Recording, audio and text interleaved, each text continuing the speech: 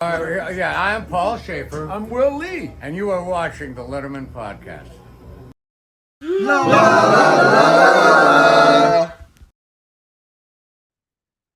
Welcome once again to the Letterman Podcast. My name is Mike Chisholm. Today we've got Allison Lips coming back, TV historian, protege of David B. and Cooley, about to start another semester at Rowan, moving towards the goal of becoming Dr. Lips. I'm excited for her about that.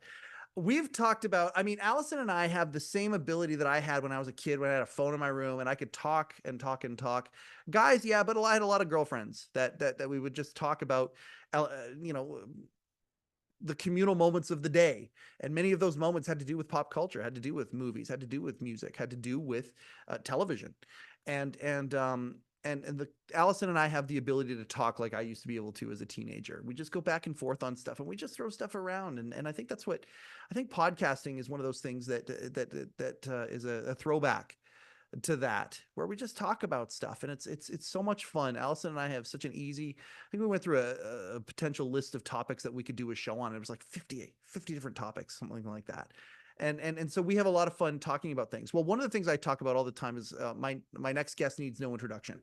I love that show. I love it. I love Dave's current where he has evolved to. And I believe it is an evolution from the Comedy Store all the way up till now. There's a through line of influences and people. And I always talk about how he's doing the Tom Snyder thing now, and he's doing such a good job of it.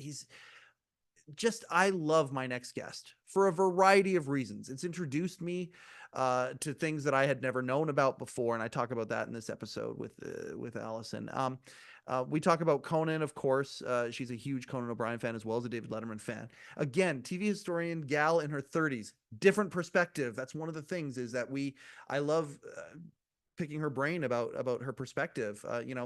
A good example of that is talking about Ellen on My Next Guest. We talk about Brian Williams. We talk about some of the different figures in pop culture that have cross sections with Letterman and Will Smith and things like that. We talk about, so we do a deep dive on My Next Guest today as well. That's really the focal point of today's episode, but we talk about a whole bunch of things. I hope you enjoy it. Either way, we enjoyed having the conversation. It would be cool if there are some people out there who enjoy listening to it. The Letterman Podcast has one sponsor only, and that is hello-deli.com. That's right. Rupert G doesn't own Hello Deli anymore, but he does still have hello-deli.com. If you want Late Show with David Letterman shirts or mugs or hats or different things, that is the place to go. The only place to go for Late Show with David Letterman merchandise. It's throwback stuff now. Go get it. Get one for yourself. Get one for your friend. Do you have a friend? Even if it's an imaginary friend, get a shirt. Get a Late Show with David Letterman shirt for them. I'm really grateful that I have my relationship with Rupert. There's going to be a video actually I'm going to be putting out with Rupert saying hi to everybody here when I get around to putting it up. And anyway, we've shot it a week or so ago. He's enjoying his summer very, very much. And I'm just really grateful for this show. I'm grateful for all the people who are interacting with it. And I'm grateful that we're starting to get a squad of folks who are in the Letterman Podcast family. It's cool. Reoccurring guests, folks who are in the industry in different variety of ways that are becoming, friends and family members of the Letterman Podcast. Allison Lips is certainly an example of that. Without further ado, happy to present the latest conversation that we have with Allison Lips. Okay, I'm stoked about this. You and I keep talking about wanting to do more and more and more of these. I'm so glad that you're back, Allison. Okay, so I got to ask you now, obviously you've got experience podcasting, all that kind of stuff, but your first experience on the Letterman Podcast, I'm super curious. Did David B. and Cooley, did he watch and did he dig it? Oh, geez. Yes, he did. And yes, he did. All That's where you're right. starting. That's where I'm starting. Hey, this is your mentor. And I'm stoked about that. I'm stoked to talk to a television historian that isn't Gen X, that someone that wants to take the baton that we're trying to, run down the relay with. You can tell I've been watching the Olympics. I've been running down the track. You're wanting to take the baton and talk about this stuff. But yet at the same time, you've got a mentor who's got so much history in this thing, and knowing that they watched something that you and I did together, I wanted to, yeah, absolutely. He dug it, right? He was very proud of you. He's proud of his protege. Of course. I'm not sure with you starting this, he's still going to be after if he watches this, but yes. Before we get into it today, we're gonna do a like, and you and I have a list of episodes, and not just episodes, but moments in television history, moments in late night history, both as a genre and as a show. You and I have like we've got a whole bunch of things that we could talk about. We're gonna focus this show on my next guest. But before we do, Allison Lips, you're okay. So are you taking a step closer to becoming Dr. Lips? Are we doing that? Because you're going back to school this semester, right? Yes, I'm going back to school, back to Rowan as a television studies master's student. Yep. So not quite doctor yet, but the communications field is a little odd where my MBA, because it's not a research degree or they don't consider it one. Right. I now need to go get the second master's, even though I am qualified and I did get on wait lists, but nothing stuck. Okay. So this was always the backup plan. Yep. And I'm looking forward to studying with Bianculli again and Kim and Jennifer, who are the three main master's professors, as Yep. far as I know. Yep. It's exciting. It's So very we've exciting. Do you we've have any discussed no, what go my ahead. master's thesis may be on, Yeah. which is still figuring that out. But Anything to do with late night? Are you going to go down that path and include that in there somehow? I don't know yet. It's possible, but right now my focus seems to be, because I am watching Seinfeld Mm-hmm.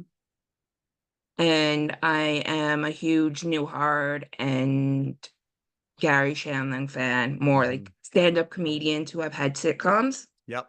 So we'll see where this goes.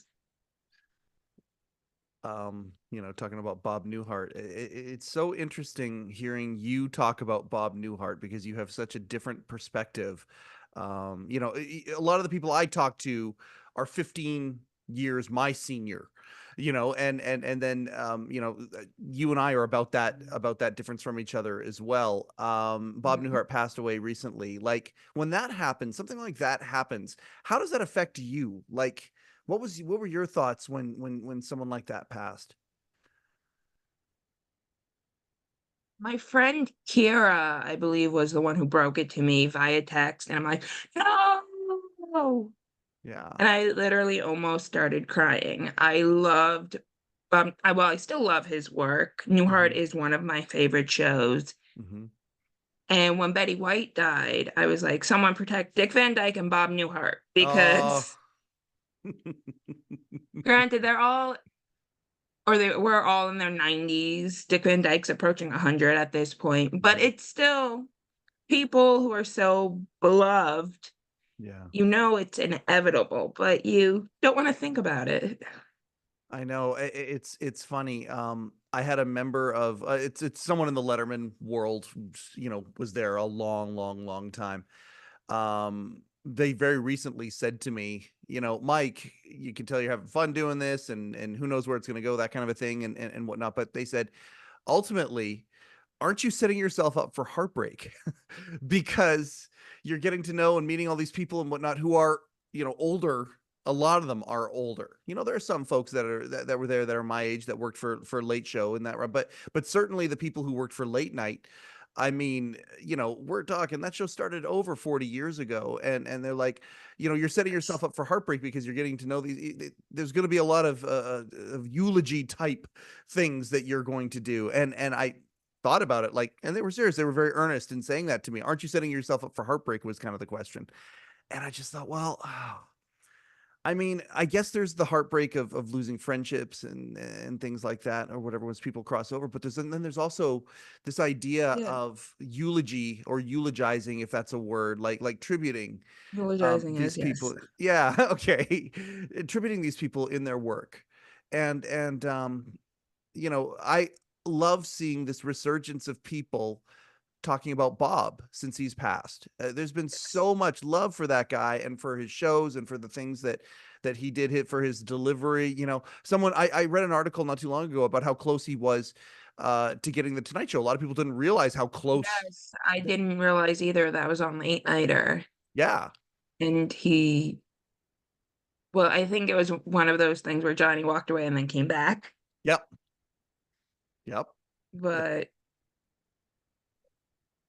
with getting to know all these people, the other alternative is you don't get to know these and you miss out on those friendships. So why Bang. not go for it Bang. You've just absolutely crystallized my rather than response. Yep. wondering what would have happened? Mm-hmm. Yep. That's exactly right. And it is worth it for that. It's but boy, is it interesting watching things move on. Before we get to the my next guest stuff too, I I wanted to mean, talk. Oh, go ahead.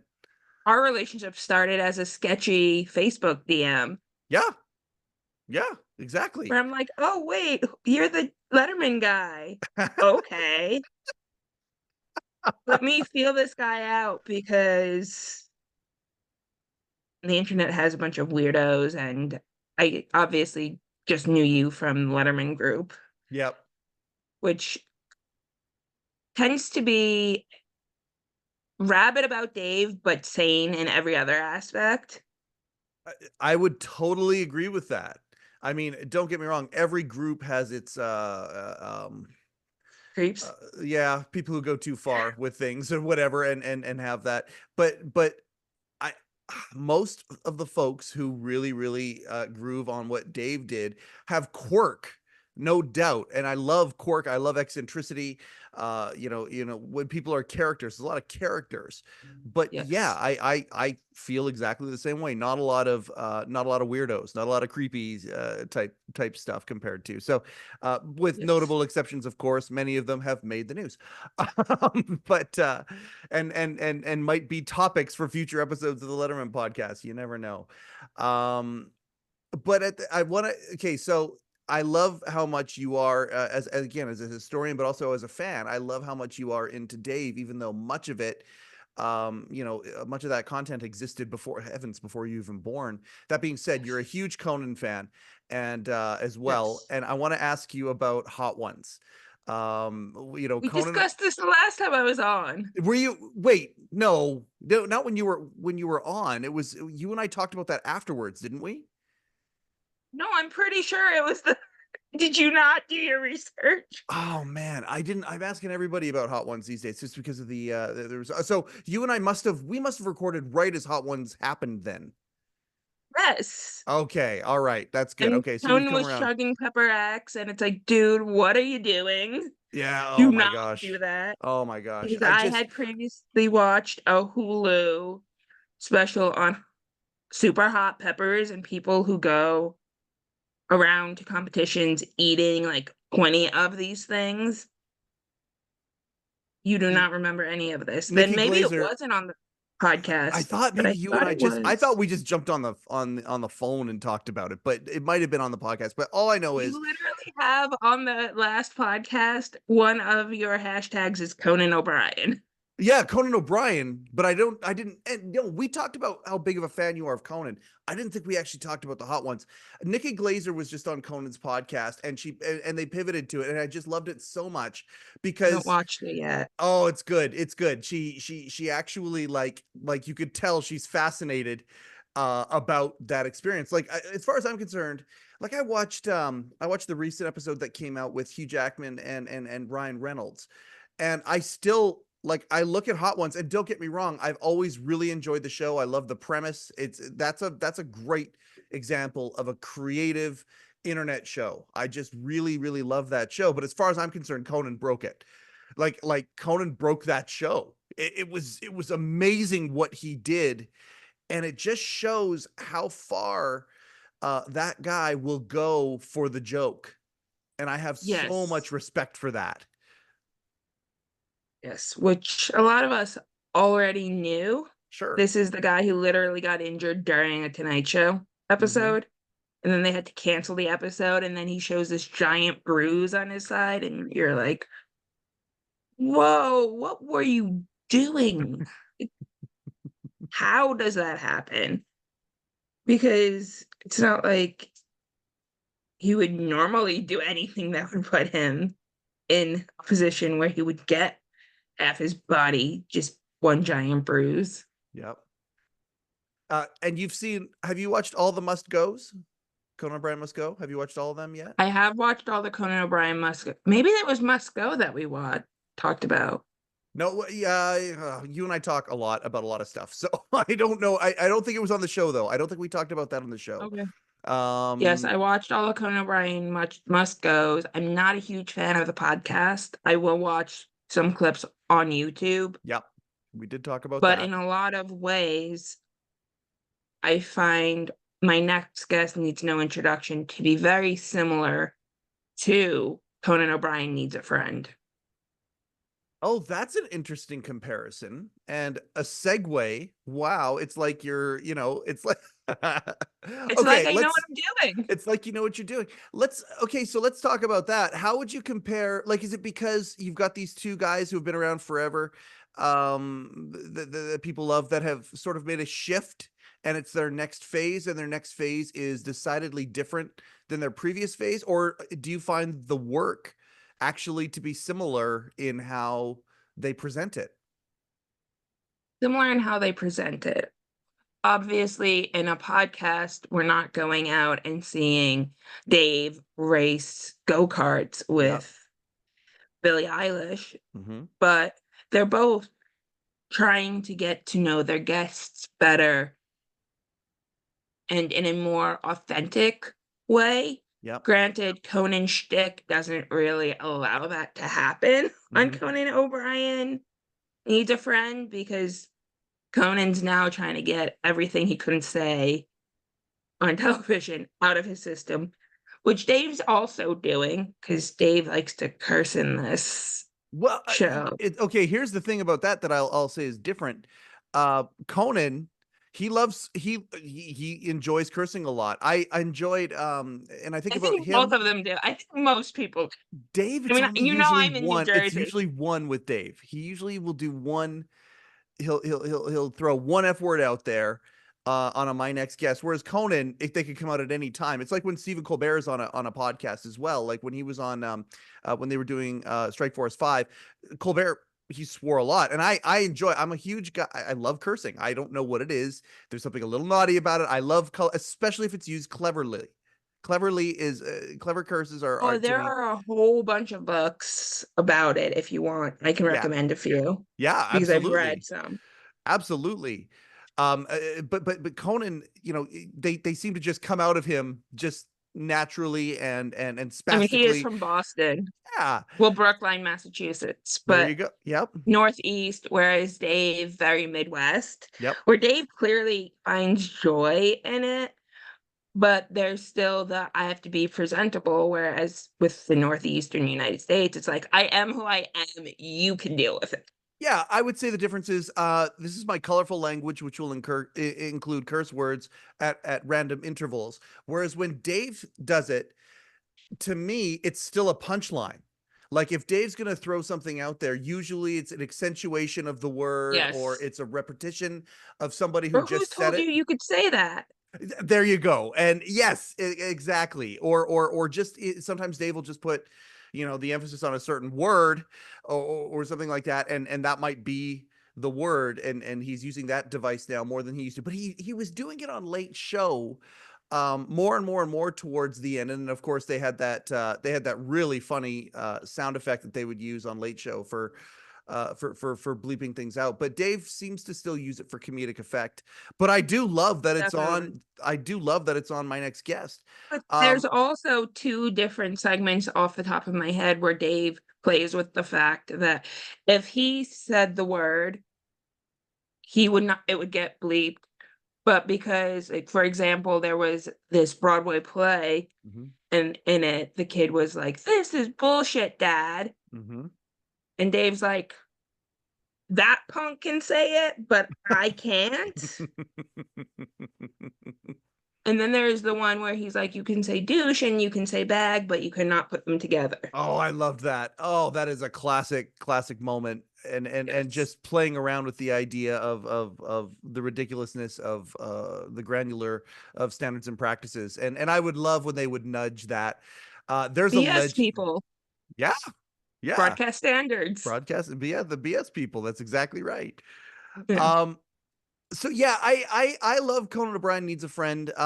You know, and it's so interesting listening to Sona, because she seems to be kind of her own force of nature now, and it's so interesting Yeah, it is. watching the echoes of Letterman, because that's what Dave, was really famous for. He was famous for making members of his staff, stars in their own certain way. Famous, I guess. And we'll get to the Clooney episode. There's something that happened in the Or Clooney just episode. featuring them. You feature these people, and sometimes these people would get, like, you think about Rupert. I've got a video of Rupert that I'm going to throw out there around the same time that I throw this out. I just talked with him and Irene. They're in Greece. They say hi to the entire audience. They're doing well. A lot of folks have asked me about how Rupert's doing since he sold the deli.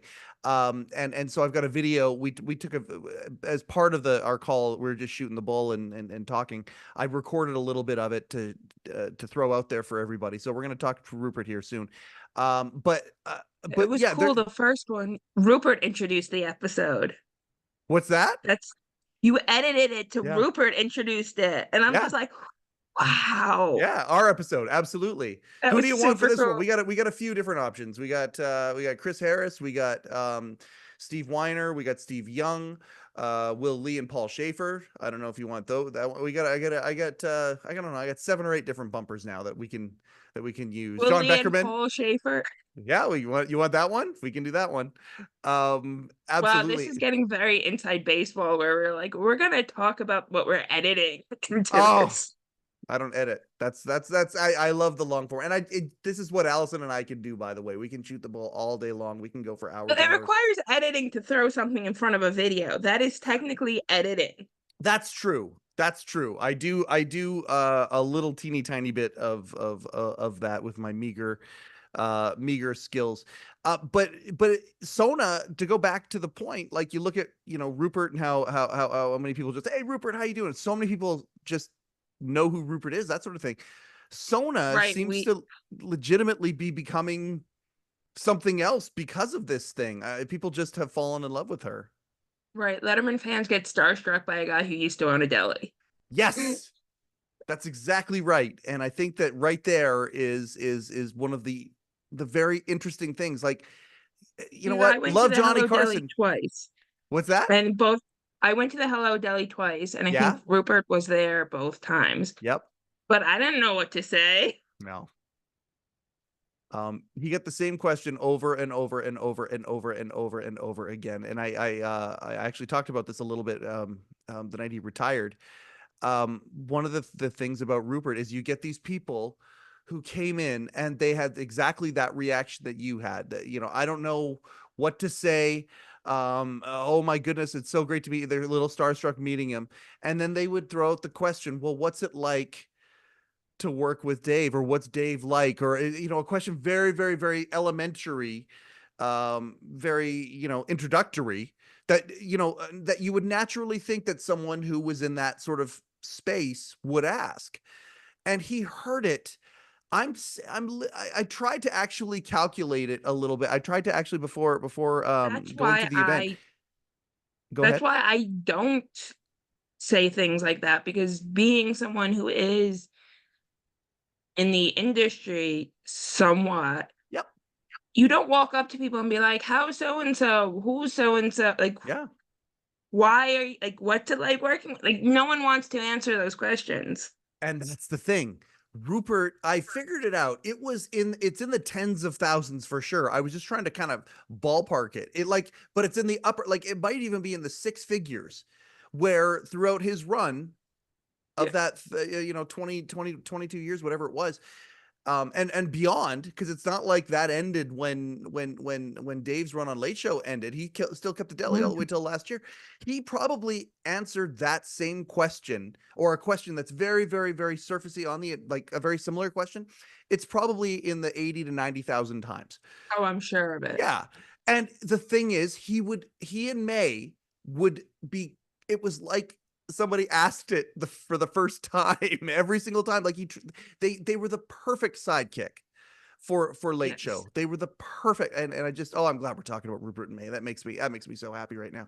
But they were so wonderful when it came to it. And so watching Sona, like I would love to have a conversation with Sona. Like she's just, um her and Conan have this amazing dynamic, and it's just Mm. she's a perfect co-host for the show. And but it is a very, very different deal, and it is long form, but it's still zany.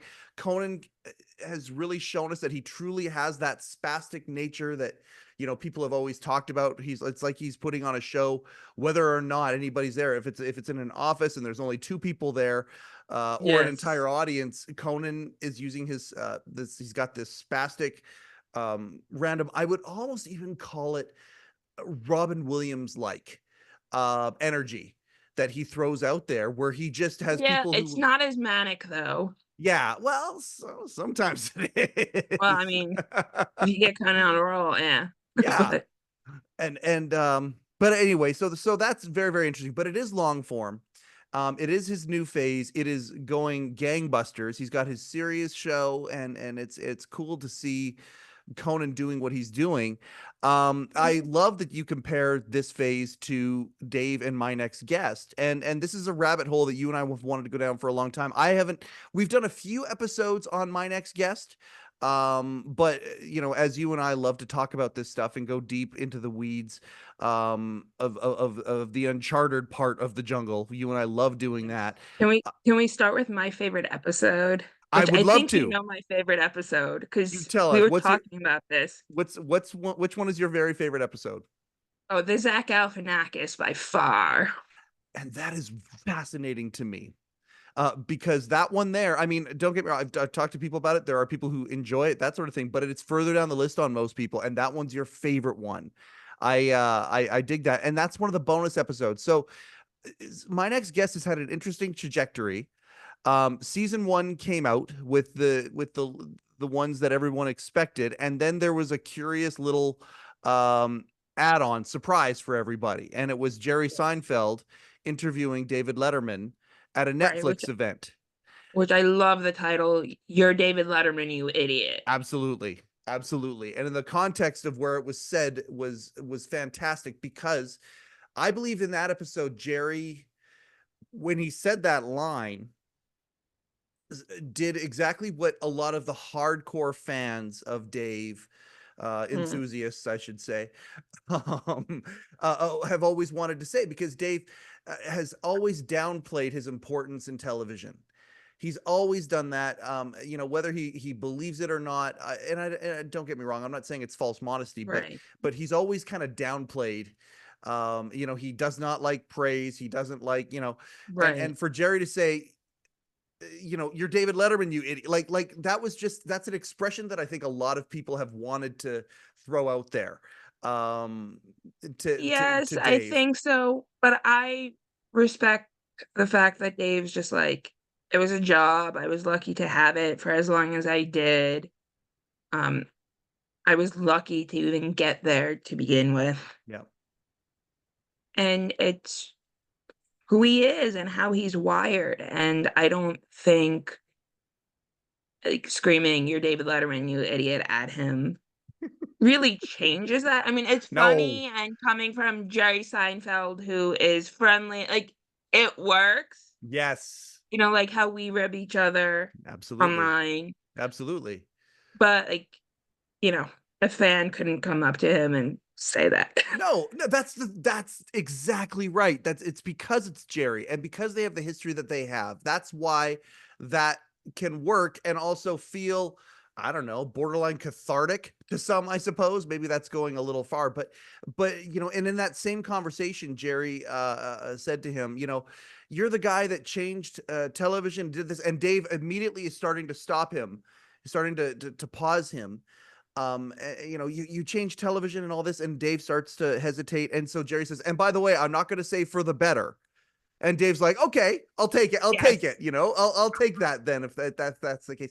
So that was Right. the Also, yeah. I think Dave's coming from the position that he took bits and pieces from other people. So while we're seeing what he did as revolutionary, he might be, based on the way everything like we know about him. Obviously, I can't read his mind, but he may be feeling like, oh, I just did Steve Allen's bit. Yes. Yes, without a doubt. But they put a new spin on it. And that's Yes. but he wouldn't say that part. He wouldn't say, "Oh, we also injected a little bit of comic genius into it," or creative Yeah. genius into it. So anyway, season 2 of My Next Guest comes out, and the first couple seasons were very similar in how they were presented. A handful of episodes. At the beginning, I it was feel like weekly. for, Oh, go ahead. I feel like COVID made the show better because it forced them to get away from the studio audience. Okay, And when the I'm going to ask you studio about. Yep. audience isn't there, they get deeper and there's not playing to the audience. Like Billie Eilish didn't have an audience, so she Mm-hmm. talked about her experiences with Tourette's Mm-hmm. and growing up in a less superficial way than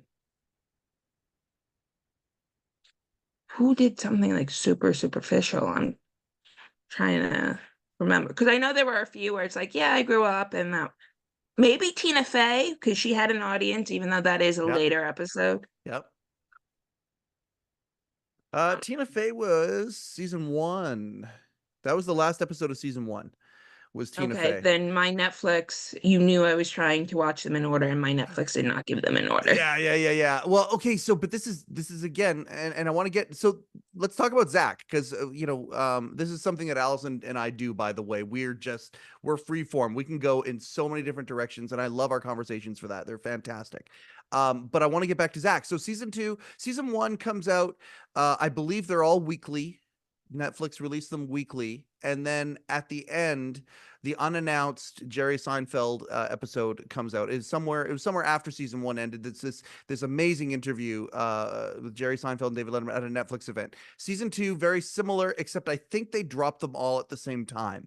I'm pretty sure that's how that went. And Okay. then it seems like it was the same event, just the next year. Zach Galifianakis and David Letterman go back and Yes. forth. And it seems like in those 2 episodes, it was more about the guest being able to actually be a little more interactive with Dave, even back to the very first episode of My Next Guest with President Obama. Yes. President Obama starts to ask Dave some questions. Like you can tell, I love the fact that President Barack Obama was a clearly a Letterman fan. Back in the day when Yes. the Super Bowl commercial happened with Oprah Winfrey and Jay Leno, the report was real time. Barack Obama in the White House was watching the Super Bowl, saw the commercial, and immediately was like, "Hey, what happened there? Like, find out, was that real?" he was Okay, like I really didn't invested hear in it. that one. Yeah, he was really invested in it. And then, of course, he and Michelle Obama Or he might also. have seen that and like, if that's real, maybe we can have peace in the Middle East. It gives hope if Dave and Jay can do something together. Oh my goodness. And I don't even, Granted, oh, that's a huge misreading of what their actual relationship is, of which we course. now know. But But at the same time, just like Conan on Hot Ones, if the joke is good enough or the moment is big enough, we're going to set aside whatever to make it happen. And I think that's an amazing yes. example of what those 2 guys, Jay obviously, someone even said, oh, Kimmel said it to Dave. He goes, oh, you threw Jay a lifeline. And I'm like, yeah, okay, that might be a point, because Jay at that point, his PR was, decidedly, everybody, the court of public opinion was clearly on Conan O'Brien's side when it came to that. But and by the way, Conan originally was invited to be part of that. I don't know if you knew Yes, that or I not. knew Okay, you that. did know that. Yeah. And Conan's like, no, Yeah. which And I and don't I blame Conan because I would be like, no. no, absolutely. Absolutely. And Conan got his moment when he came back on Late Show anyway, which again, one of my very favorite appearances of all time is when he and Dave were just sitting there silent.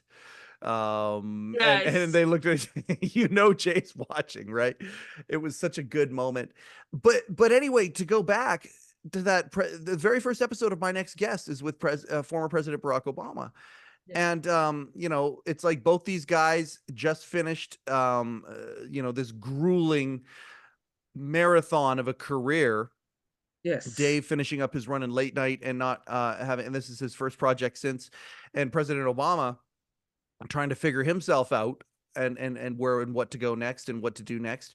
And even in that episode, so you can tell he's a fan of Dave's, and he's like asking these questions. He's trying to probe Dave a little bit Right. The on what Dave is format doing. wasn't there yet.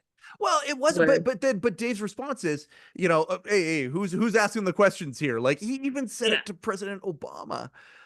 But these Netflix special episodes, the one with Seinfeld and the one with Zach, there seemed to be latitude given where they could ask Dave questions more. It was way more of a back and forth, whereas all the rest of the My Next Guests and Stern, I guess, was like that. Stern was like that too, but Stern always It's would like take that. it and reverse it back. It's always fun watching Dave and Stern do their thing. But those two episodes, Exactly. so watching Zach be able to kind of express his enthusiasm for Dave was really Also, precious. what I love about that episode is like everyone's a really big name, and then it's like Zach Galifianakis. Like I know Mm-hmm. who he is, I like Mm-hmm. him, but he's not President Obama. He's Mm-hmm. not Malala Yusuf. Oh my God, what's her last name? I always mess it up. Yusufazi. Yusuf. And he's not like Julia Louis-Dreyfus, who Yeah. has had 3 amazing Yep. The New Adventures of Old Christine Okay, is not the best one of that, to but give yeah. perspective, season 2 was Kanye, Ellen DeGeneres, Tiffany Haddish, Lewis Hamilton, Melinda Gates, and then Zach Galifianakis. That was Right. season 2. That's how that I one went. felt like it was finding its footing with Tiffany Haddish. Lewis Hamilton, it was someone who I had heard his name, but I didn't really know much about him. That was an episode where I stopped what I was doing and was like, oh, this is really interesting. Mm-hmm. But the Zach Galifianakis one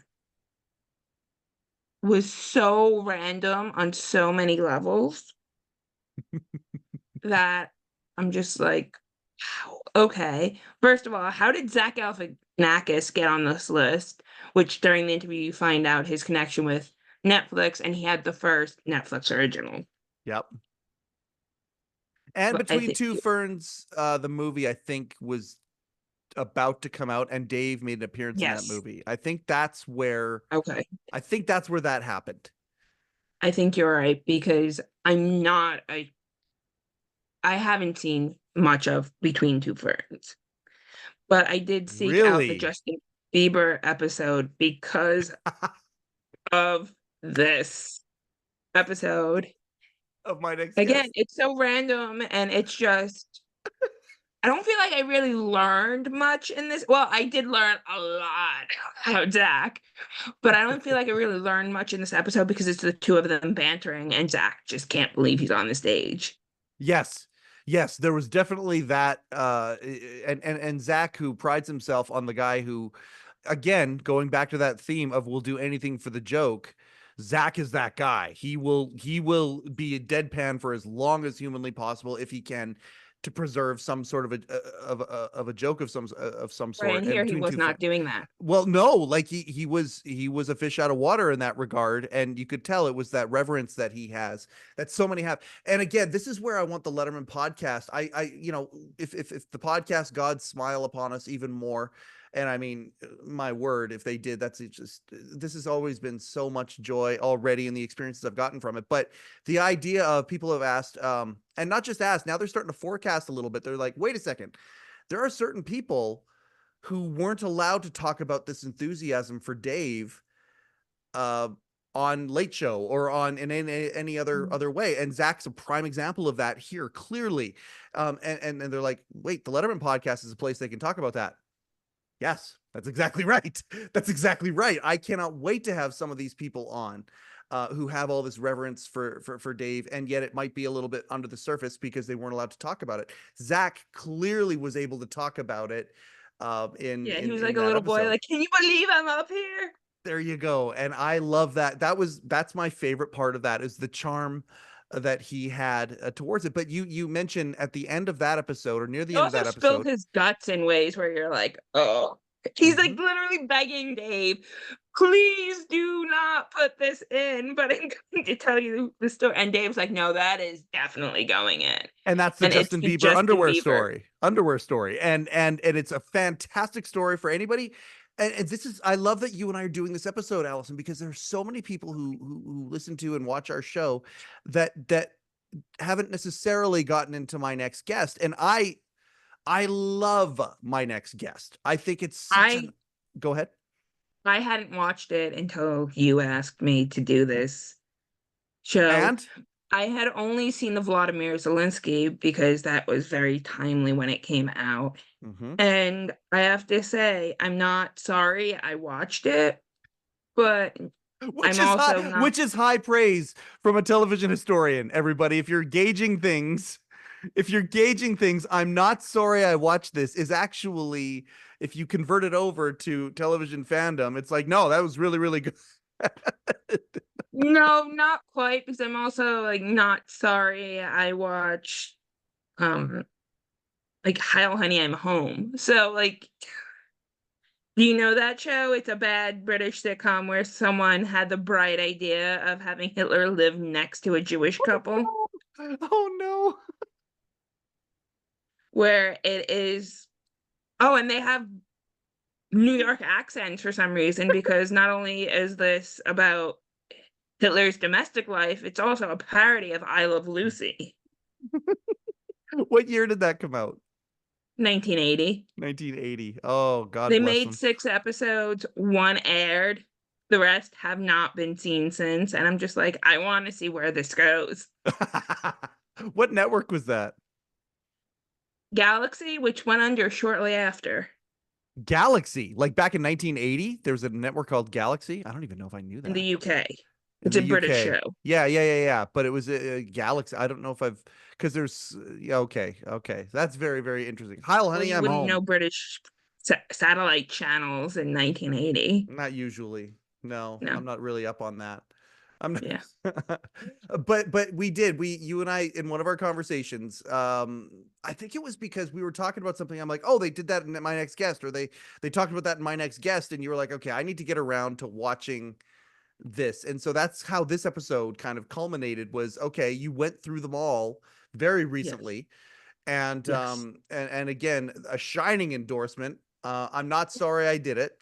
I'm not, I like the first season was a slog to get through for me. that's so And then interesting. the later episodes, like by the time Billie Eilish and Miley Cyrus come along, I'm like, I'm sold. Even Oh, Dave wow. Chappelle was one of those. Yeah. But it had to find its footing for me because everyone was trying to figure out, what is this format? Barack Obama one didn't make much sense to me because you had Barack Obama being interviewed and then John Lewis being interviewed about his experiences, which now that John Lewis has passed, I'm grateful that we have those moments. But as a show, it didn't gel for me. Like it could have Okay. been one half one person, the other half the other person, because it was Yeah. just cutting between two things that are related because it's both Black men in the United States breaking ground and fighting Mhm. racism, Mhm. but they aren't one of those like so closely connected where it made sense that they were paired in the way they were.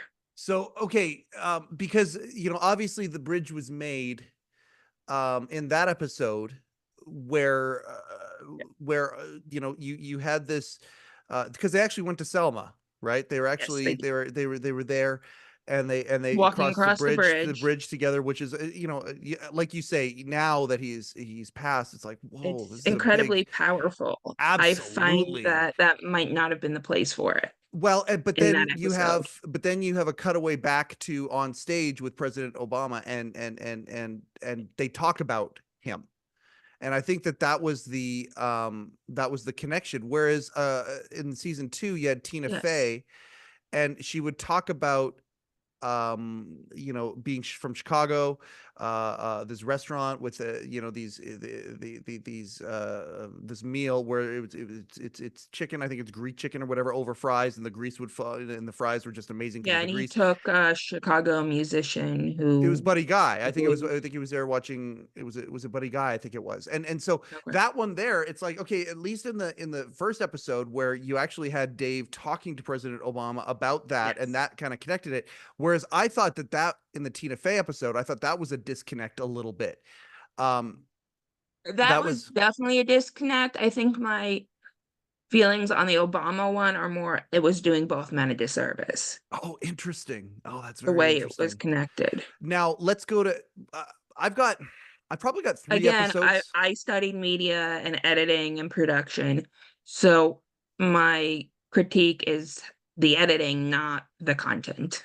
Yes, I'm glad you made that distinction because again, it's not like it wasn't a like listening to one of the things I loved about that episode when President Obama said he was because it sounded like he was going to go partisan, but he didn't. He was talking about technology and echo chambers, and he said, you know what? Yes. He goes, you can get your news from Fox News and be on a completely different planet. And as he started to say different planet, the audience, you know, clearly who were on his side that night, whether or not, no matter what their political leanings were, they were clearly happy to see him. Yeah. They just started clapping just for that. And he's like, no, hold on a second. Hold on a second. And then he used the comparison. He talked about somebody who had browser history that had any political affiliation whatsoever. And then he was talking about how echo chambers get built, and then it creates teams and all that, and Yes. how that's a problem. And it was a greater point than just making Fox News a punchline. It was a much greater point. I like Yes. so that's one of many moments in that episode that I thought were to this day. I watched it not that long ago, and I thought, oh well, here we are, this many years later, where at the end of the day, it's almost 10 years since Late Show ended. How crazy is that? But we are half a decade later or more, and President Obama's words at that point, I think, even more poignant now. Yeah, he was it was He's also Canadians. given up the whole trying not to be partisan Yeah, stance yeah. because that's not something that can really be done in the United States at this point in time. Yeah, it's interesting times. There's no question it's interesting times. Now, but one of my top episodes is actually the second one. It's George Mhm. Clooney. And again, I love how you talk about how early on in the show, the idea of having two very distinct segments, one in front of the audience and then one somewhere else, and then merging them together. And that was really season 1 and season 2 as well. But really in season 1, that was it. There was two very distinct things. But with the Clooney episode, which I adored, it's one of my very favorite ones of all time. I love it. It's going back and actually talking to George's family and Yes. George's dad, who had a career in broadcasting, Same with and, Malala's. yeah, Malala's as well. Absolutely, absolutely. Um, I thought they really hit the nail on the head in the Clooney one, in putting those two things together. You know, you'd have some of the things that Clooney's doing outside. You'd have the background with Clooney's father. It was The definitely one of the better season 1 episodes for me Yeah, yeah, because it made sense. Like, oh, this is George Clooney. This is what he's doing, what his wife does. yep. This is how his parents got involved. Then I didn't realize his father was a local television personality. I knew Rosemary Clooney, Yeah, but I didn't realize his father. yeah, yeah. It was something that happened in that episode too, which I thought was very, very interesting. And it's some of the local folks that I know in local media. I've actually picked their brain about it a little bit. The idea of being famous but not wealthy. And that was George's dad. You know, everybody knew who he was, and they tried to help people as much as they could and whatnot. But at the end of the day, he was still a working man like other people, making a working man salary, and with Exactly. yeah. People don't realize like, working actors don't make a ton of money. You're a local newscaster, especially if you're in a local market, like a tiny market. Hmm. When I was looking at jobs fresh out of college, my like to be an on-air personality, you get paid maybe 25-30,000 a year. Hmm. Hmm. That's not a living wage even 15 years ago. No.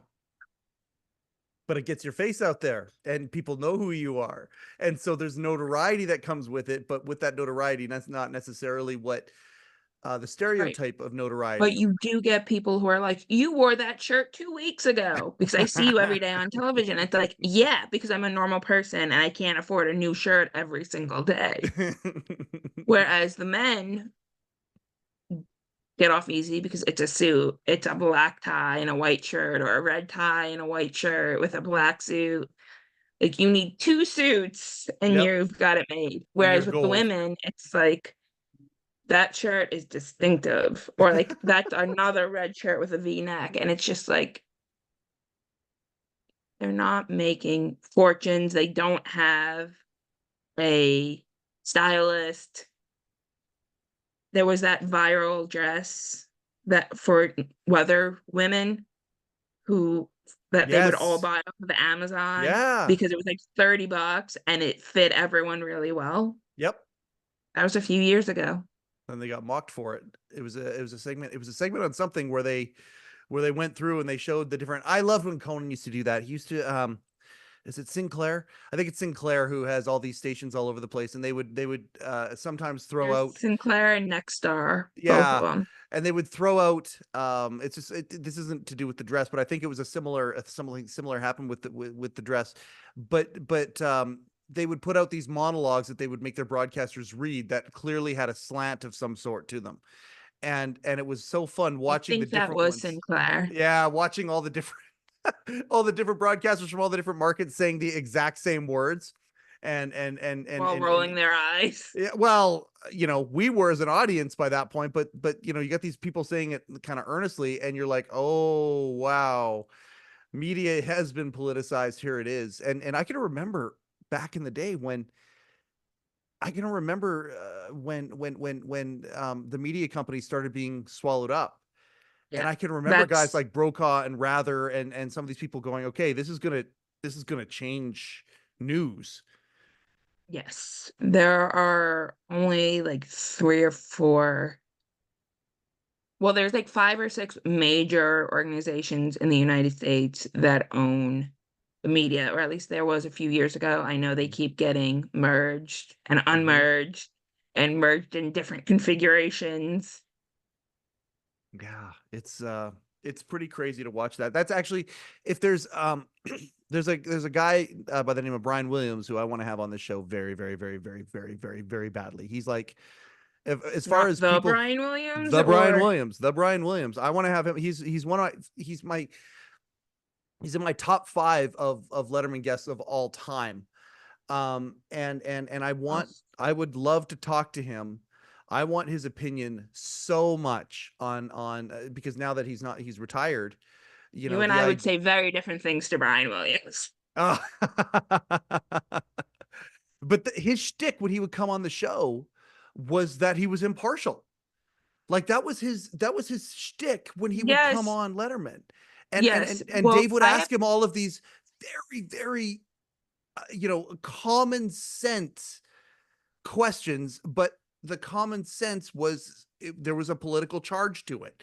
There was clearly a left and a right, or a red or a blue or whatever opinion on things. And Brian would just kind of sit there and he would try and figure out ways to answer it impartially, because he was a newsman that didn't have an opinion. He just reported it. And you think about that, that was a bridge. That was a character sort of on the show, even though that's who Brian was when he hosted the nightly news. But the idea that, Mhm. you know, impartiality, and now I'm in a weird spot because you've asked me a question that's going to try and make me give an opinion, is funny.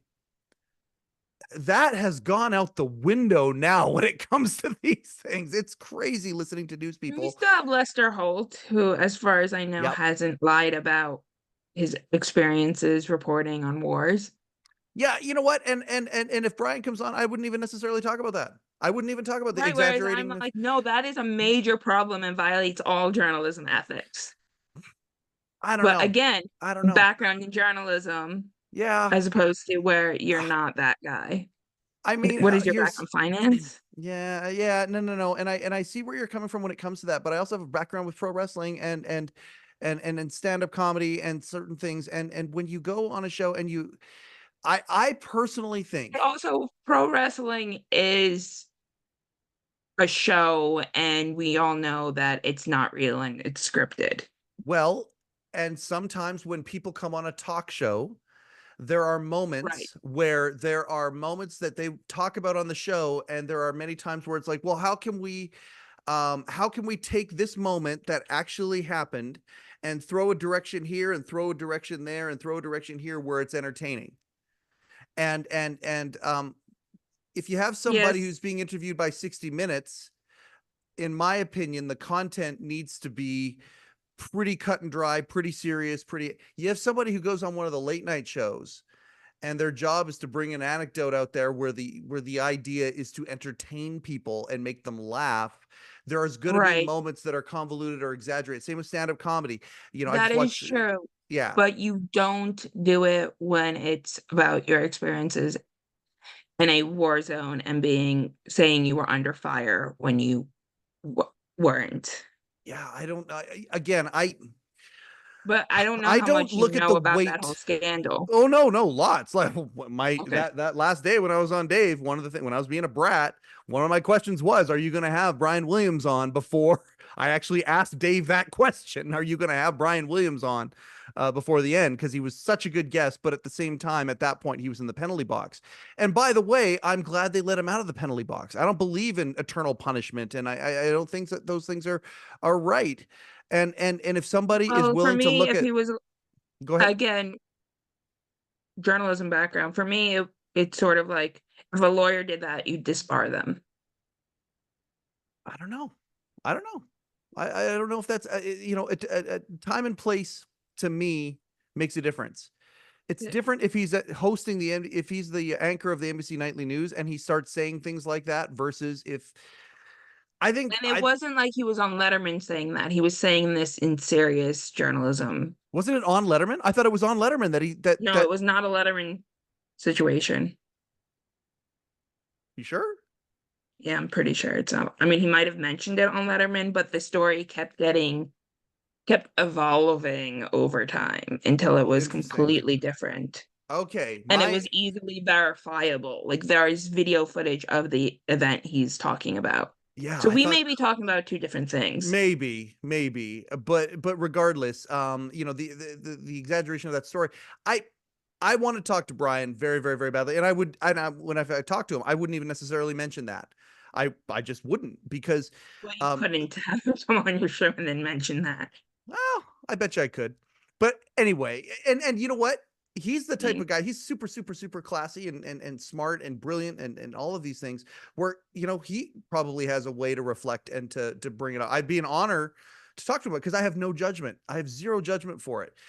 But at the end of the day, though, I look at, I want to talk to him because he was in the trenches there coming up when this happened, when suddenly you had these corporations who were now trying to control the narrative of news. And you know, That always existed, though. has it? Yeah. I mean, we can go all the way back to yellow journalism with the newspapers. Yeah. And I believe it was William Randolph Hearst who said, "You provide the pictures, I'll furnish the war." Yeah.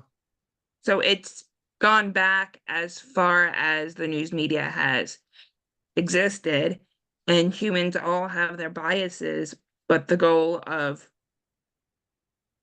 professional journalism is to be as objective as possible and give Yes. the facts.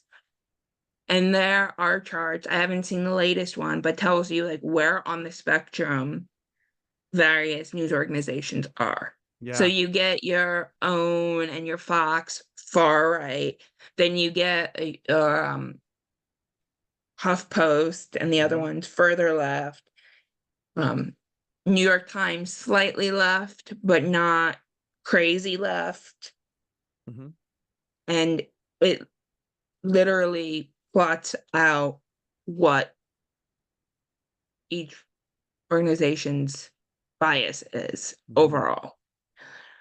Obviously, many newspapers have their like token conservative or their token liberal that they Yeah. haul out to say like, "Oh, see, we give the other side some time." Yeah, but that's just to But generate content. That's just yeah, you know, they have to have two sides to a fight. See, and to me, I'm old enough that what you just said there, while true, and yeah, it's good to know that now. Like it's good and this is again going back to what President Obama was saying. That what you just said seems foreign to me.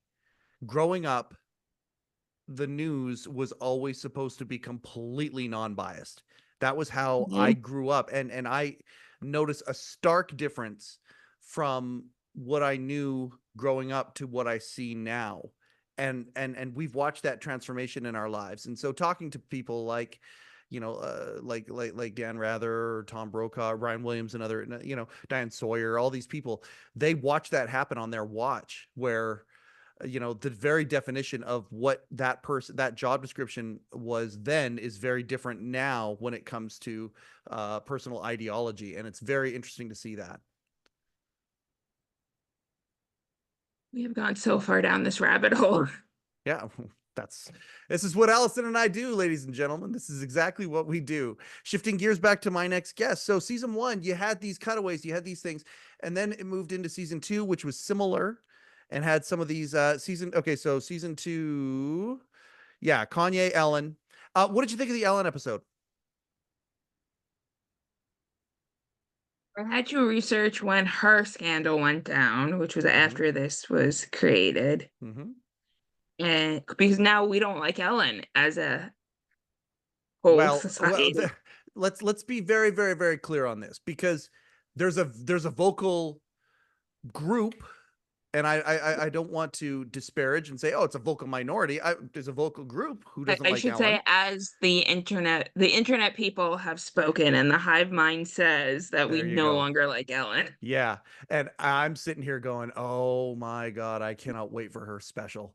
Her comedy, she is gonna come out and as far as I'm concerned, she's gonna come out and she is gonna mic drop this thing. And I cannot wait for it. Not saying that there aren't people who had their feelings hurt or anything like that. We've had people on the show who worked for Ellen and have talked about it, and we can go into that. But I'm just saying the Empire always strikes back, and I cannot wait till Ellen comes out with her comedy special and talks about all this stuff. And I believe she's absolutely going to slay. But that's just me. Um, I have to wait and see. I don't really know if she did anything wrong. For me, it's more her branding on like be kind, and then it's like opened herself to the fact, like, if she does one thing that shows she's human and gets upset, you've destroyed your brand. And that's where the main problem lies, Mhm. because, like, Dave's not perfect, but his brand was never, look how nice I am. Right. Right. Ellen's was. Let's take somebody who I think for the most part, other than maybe some folks who, you know, have a very different perspective on reality. Let's take someone like Oprah Winfrey. This is somebody who is extremely powerful in many different senses of the word. Okay. Yes. And yet has this public persona, veneer, whatever you want to call it. uh, you know, do I think for a second that Oprah Winfrey doesn't have moments of like, being ruthless? Absolutely not. I don't think she Don't could get to be be a who she billionaire is. without it. Yeah, if you have, these moving parts around you, there are times where you do have to be, what some people might say is an opposite of the public persona.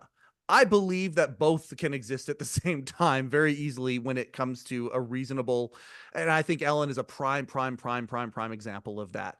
I think you've got a television show that has all of the that's daily, that is the grind where, you go back to Seinfeld. He talks about talk show hosts, how talk show hosts are like how do you do this every single day? And you have Ellen, who had this amazing up and down career, where her personal life was just thrown out there, and was, in my opinion, blackballed by the entertainment industry for just being who she was.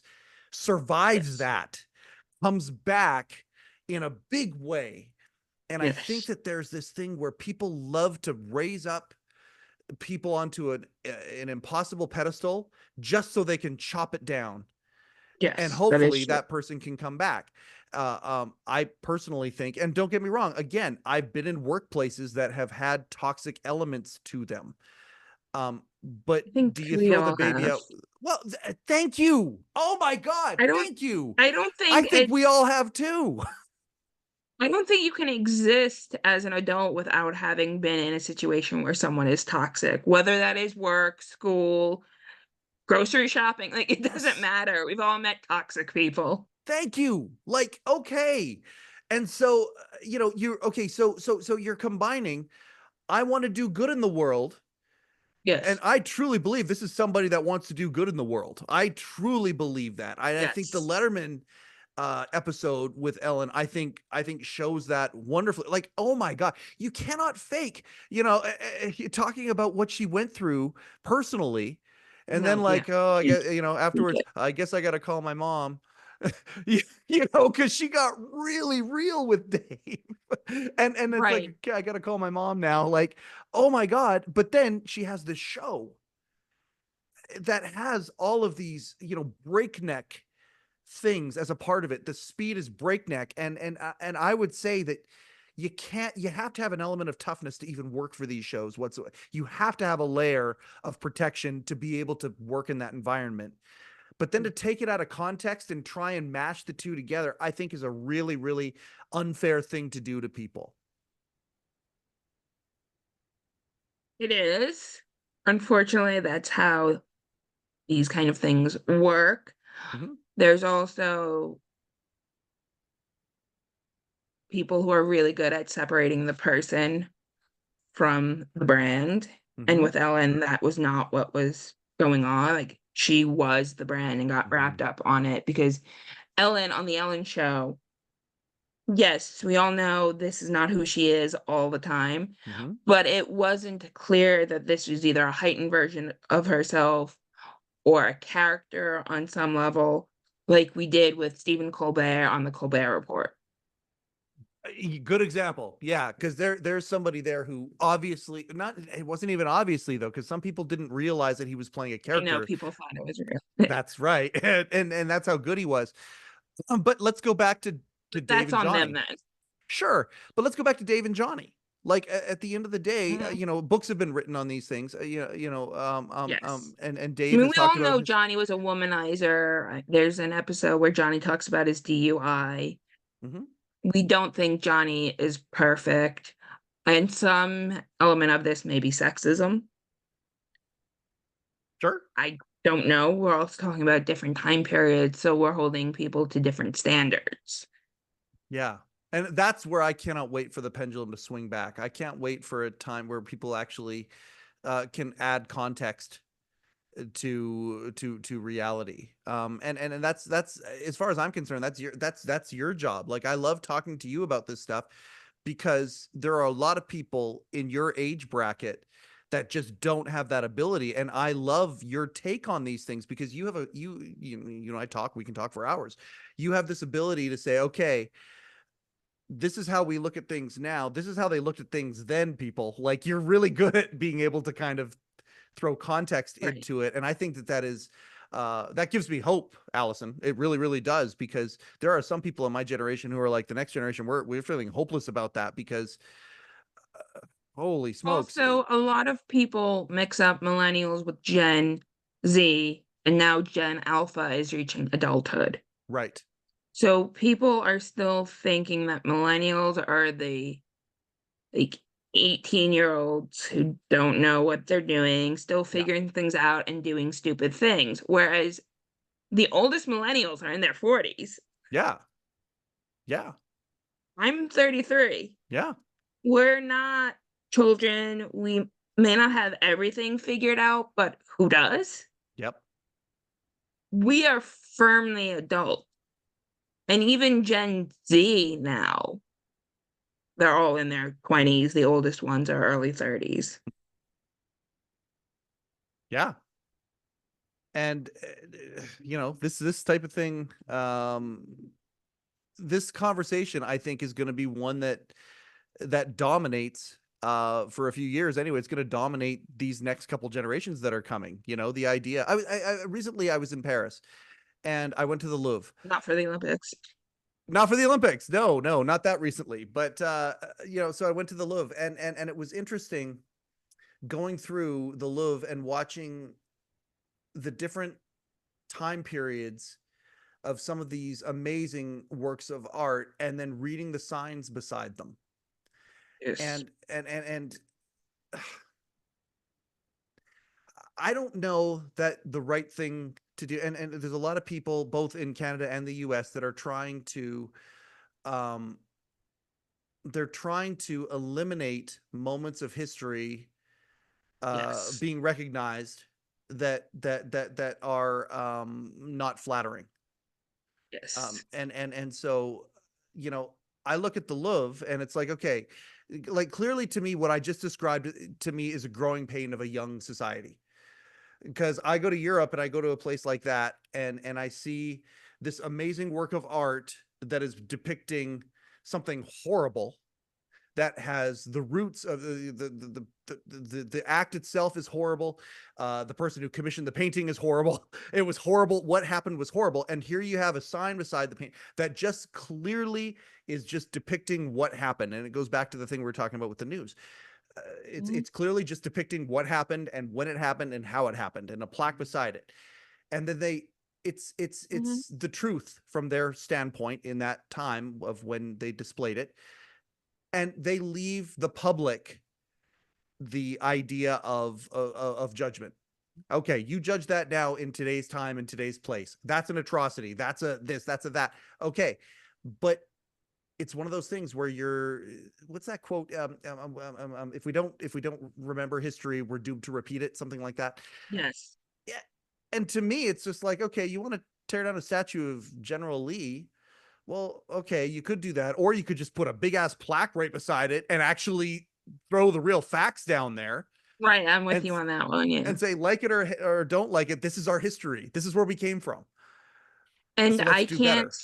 speak for Canada, but I have been to US museums. I was in New Orleans and went to the World War II Museum, and the entire museum was dedicated to how awesome the United States was in fighting World War II. Okay. Without much context, like the British held the fort in Europe. Like Soviet Union, we were kind of Mm-hmm. shaky. Allies were. It was an enemy of my enemy is my friend type deal. Like there wasn't much context. Like, oh, cool, this bomber is me, but I didn't get the whole story. I obviously like I studied history, so I knew what was missing from this, but it was very much like we're celebrating how awesome we are. Mm-hmm. And across the street was the Museum of Southern Jewish Experience, which told a slightly different story of the Holocaust because the World War II Museum was like, the US came and saved the day, and we discovered what was actually going on in the concentration camps, whereas the Museum of Southern Jewish Experience, which I recommend, was like, we survived. We Yeah. ended up in places where there was no one like us, but we survived. Like, we got through this. Yes, we're grateful for the people who helped us, but the United States didn't really enter the picture until they opened the gates and freed the camps. Mm-hmm. Mm-hmm.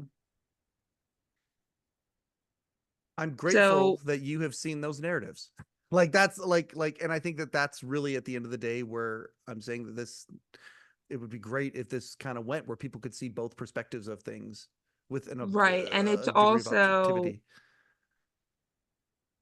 um, I'm going to give him a shout out, Dr. J, who was a professor who I'm now very close to and is more like a family member. Mm. He recommended that I research historiography.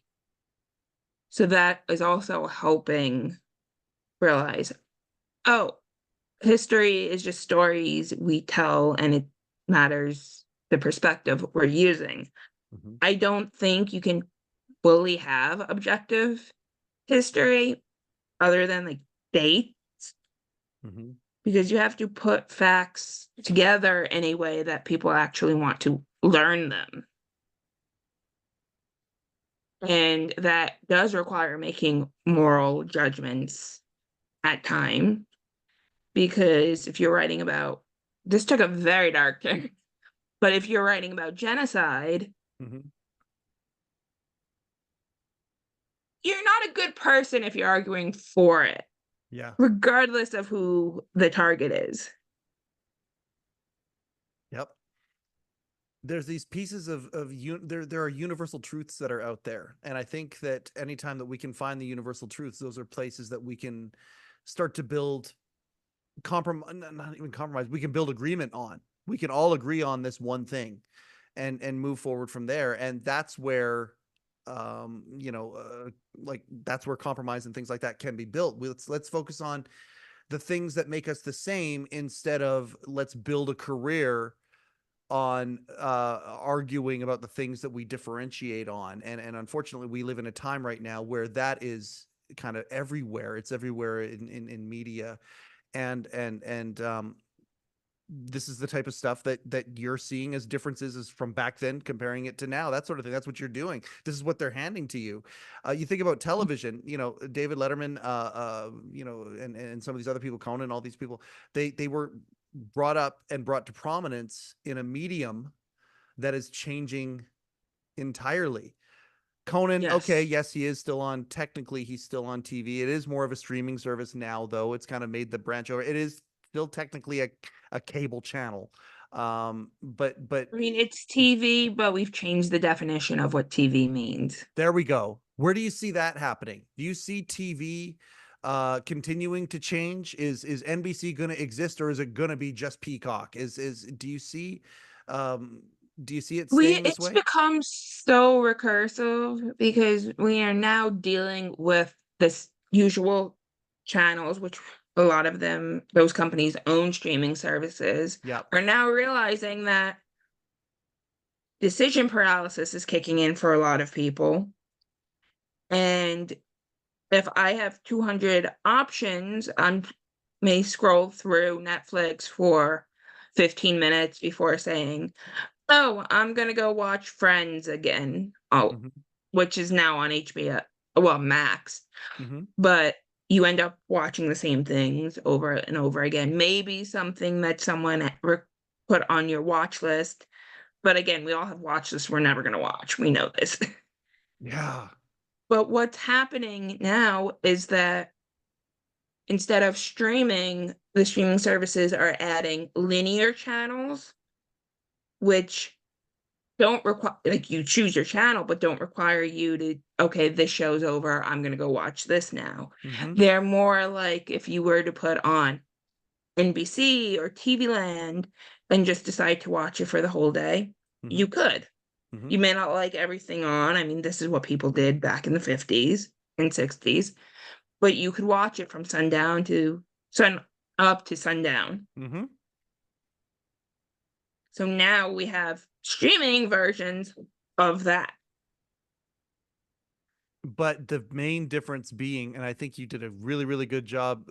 Okay, so my generation has gone from you say, I've got a watch list, but we'll never watch our watch list.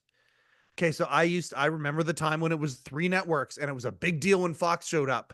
And you Yes. literally, because of the VCR and the time record feature of the VCR, you could actually consume everything. And that was like that in music too. Willie and I talked about that. So you didn't leave your VCR blinking 12? No, I didn't, but I was the kid. See, that was the kid's Yeah. job. The kid's job was to show the parents how to set the timer on the VCR. Yes. And if you had a VCR where the 12 was flashing, you knew there was fragmentation in that family. Right. Unfortunately, it Well, was when it was a sign I of domestic conflict. and this will tell you more about my generation. When I first got into Conan, watching it every day, it Hmm. was 8th grade. I was Hmm. watching it on CNBC. Hmm. Then I was watching it every day in high school, but I had to record it with the VCR Hmm. and had to remind my dad, who was usually the last person to go to bed, make sure it's on channel 4 because I'm recording Conan. Yep, And there if you it's go. not on channel 4, I'm going to be mad. Yes. Then we got a DVR where I Yeah. was now able to record Letterman and Conan Yep. because I didn't have to have it on that channel, and also those 2 would overlap by a minute. Yep. The DVR changed everything. And I remember life before the DVR, and it was possible to consume everything. To have that water cooler moment the next day with people that you either went to school with or you went to work with and Yes. talk about what happened last night on this thing. But now, like you said, like streaming watch lists that will never be gotten to. I mean, I haven't seen The Last of Us yet, and I get chastised by my friend group for not seeing The Last of Us yet at this point. But it's like, got this all this crazy stuff going on in life. Life has also gotten busier in many respects. But there are a whole bunch of things that I haven't seen that my friend group are like, you have to see this. This is one of those things. My wife and I, we finally watched The Bear. I'm so happy that Candy and I watched The Bear, and it's fantastic. It's awesome. We've never been in a time where there have been higher quality. The variety of high quality things that are being released is just nuts. And you Okay, yeah, can't watch it all. You cannot. It's impossible to watch it all. that is true. I watched most of The Bear. I have to finish a couple of episodes of season 3. It's Mm-hmm. not really my thing. I'm watching it because people recommended it, and Yeah. I feel like it peaked in season 1. But you were mentioning this, and while the book is 15, no, probably 10, 13 years old, Mm-hmm. Cooley talks about it in the Platinum Age of television, Yep. how there's just so much content. A lot of it is good, or even great, but you can't consume it all. And it used to be consumable, and it's to me that's a hard fact that I can't consume it Well, all. I don't know if it used to be consumable because you used to have it where you had to make a choice. Mm-hmm.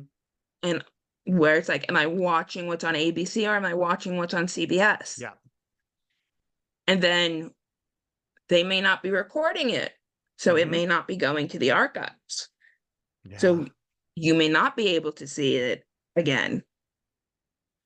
So there's always been choices that have had to be made and things that you would never be able to see. There's more of it now. Mhm.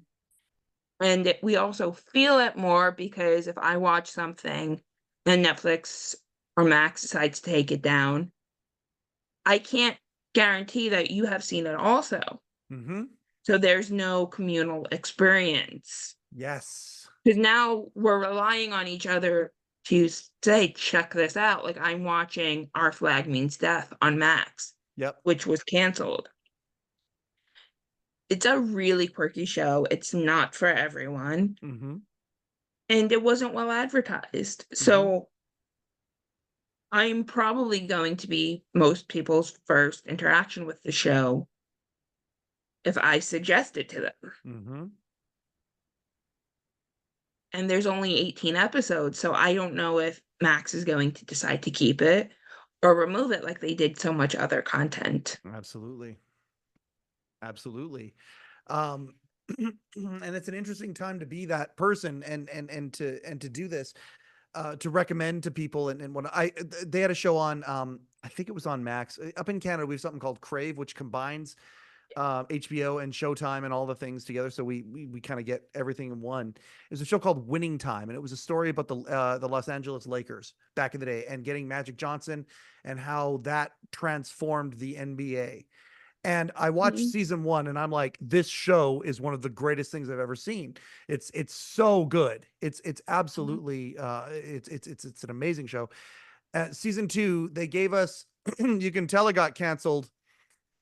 I don't know if season 2 was 8 episodes or whatever it was, but in episode 6, it's like, oh, you can tell the show is canceled because they're now taking what would be in season 3 and season 4 and like they're taking these events that happened and they're putting them all in, they're truncating it. And then up to the very last episode where they literally go through, the Lakers and the Celtics, and they just basically show in text what happened with the rest of the story.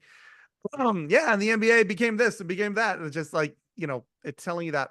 And it's frustrating because there's so much good stuff out there that because it didn't get the audience, it's not it's not going to have a new life. And this is where I think guys like Dave and Conan are geniuses because they've positioned themselves in places and given themselves projects where they can continually put things out at the interval that they want to put things out. And they're Mhm. kind of, uncancelable when it comes to, Netflix is not going to cancel my next guest. Anytime Dave wants to put one out, and this is something I wanted to talk about with like John Mulaney's episode came out as a one shot. It wasn't even Right. part of season 3, and season 3 has 2 episodes in it. And that's okay. If that's what Dave wants to do, that's what Dave can do. They're not going to cancel Right. Conan's podcast. And his podcast will lead to whatever projects that he wants to do. And in Right. this day and age, if you're that person, that's kind of how you have to negotiate it Mm. because it is so cutthroat. And so there are so many factors. There are so many good shows that don't get the audience, and because they don't get the audience, they don't get a life, unfortunately. So it's pretty Right. genius what Dave and Conan are doing. It is. And I think they left at the right time rather than going down with, because you know how I feel about late night as a genre. I have loved Yep. it historically, Yep. but it's dying. And the clearest situation for me was when they got rid of the Late Late Show and replaced it with After Midnight, Yep. which is a completely different format and is made to be more digestible online. Mm-hmm. And depending on how long Fallon and Colbert stick around, they could be the last of their kind. Yeah. Yeah. It'd be very interesting to see what would happen if any one of them decided to retire. And I mean, I don't know, like Kimmel, it feels to me like Jimmy is doing a really good job of figuring out a work-life balance in a way that no other late night talk show host has ever done. Like, it feels like that's what he's doing. He's focusing on being a dad. He's focusing on his family, having time off, that sort of thing. He clearly is in a position where he doesn't. Carson had time off, but he wasn't with his family. Well, we don't know that. I mean, I'm sure some of that time But when you Carson have 3 did, yes. ex-wives, Well, okay. He did, yes, and Johnny did work himself into that place where he did have time off. You're right. And Jimmy, in some respects, is taking that path. Boy, am I sad that he's not doing the Oscars this year. I've loved him doing the Oscars, and I think that that is a beautiful throwback. That's one thing that Jimmy has in common with Johnny. Johnny was an amazing Oscar host, and Jimmy is too. we I'm could sad talk he's not. about Dave's Oscars. Uma, Oprah, I Oprah, Uma. loved it, and again, the narrative on that is fascinating. Like I've talked to so many people. Like, It's his Dave Oscars, being Dave. yes, Dave And decided to that's the torpedo it. problem with the Oscars, because Dave being Dave at the Oscars, if you know Dave and you love Dave, you're like, oh yeah, this is gonna go down, but this is not going to go with the room. The thing is, it was like, but it wasn't received that badly. That's the thing. It wasn't, but Dave immediately started torpedoing the show and saying it was terrible. It was just, it was so funny. Like, but it wasn't that badly received back in the day. We, like, folks who were huge Dave, we remember it. It was like, but immediately the narrative changed. What was it? I forget who it was. It was like Anne Hathaway and someone, like, was it Rob Lowe? And it was like not Cinderella, Snow White Okay. singing at the Oscars. Yeah, a few years ago. Yes. No, I think it's older than that, but like there Oh, was okay. something. Maybe it was it was just that one universally horrible. Like, we can all. Oh, that was yeah, absolutely. And Dave, you got to remember, Billy Crystal was hosting, and I think it was the next year. Billy Crystal hosted. Billy Crystal, I forget which time it was. I don't know if we had returned for it or he was doing it, but Dave appeared the next year in a pre-tape. For the next year's Oscar, and he made the Uma Oprah joke. He was in a plane and he's looking down, "Hey Billy, Uma Oprah," and he, like, giving him a suggestion to do it. It was such, Dave's I haven't Oscars. seen that, but I'm also at the mercy of whatever people post online. Yeah, well, that's just the thing. You and I can do this forever. And I mean, gosh, has it been, I think we've done this for 90 minutes already. We're almost 90 minutes into this thing. I know it's, well, okay. That's my next guest. We say this, but you and I say this like, oh my gosh, I can't believe, but this is something that you and I can do. And that's one of the things I cherish our friendship. I really, really do. And I'm glad that we can do this, and we can, this is what my friends and I always referred to as nerding out. For you, it's literally an academic pursuit and a potential career, however that shapes out, whatever. I'm so grateful that you get a chance to spend so much time doing this, and thank you for coming back. Now let's finish with some of my next guests. Let's just kind of go through let's go through some of the highlights. You've got notes there of some of the shows you liked? But I don't know if you realize this, but we still have not gotten into why my next guest, you mentioned the Justin Bieber underpants situation, but why it's so ridiculous and the whole thing. Let's do it. Let's finish up with that, and then I want to give you a couple of highlights and then go from there. So yeah, let's do that. Something clearly was not connecting correctly in Zach's brain, that he's like, I'm gonna try on Justin Bieber's boxers. It's a great story, and this is I highly recommend everybody go and watch the Zach Galifianakis episode.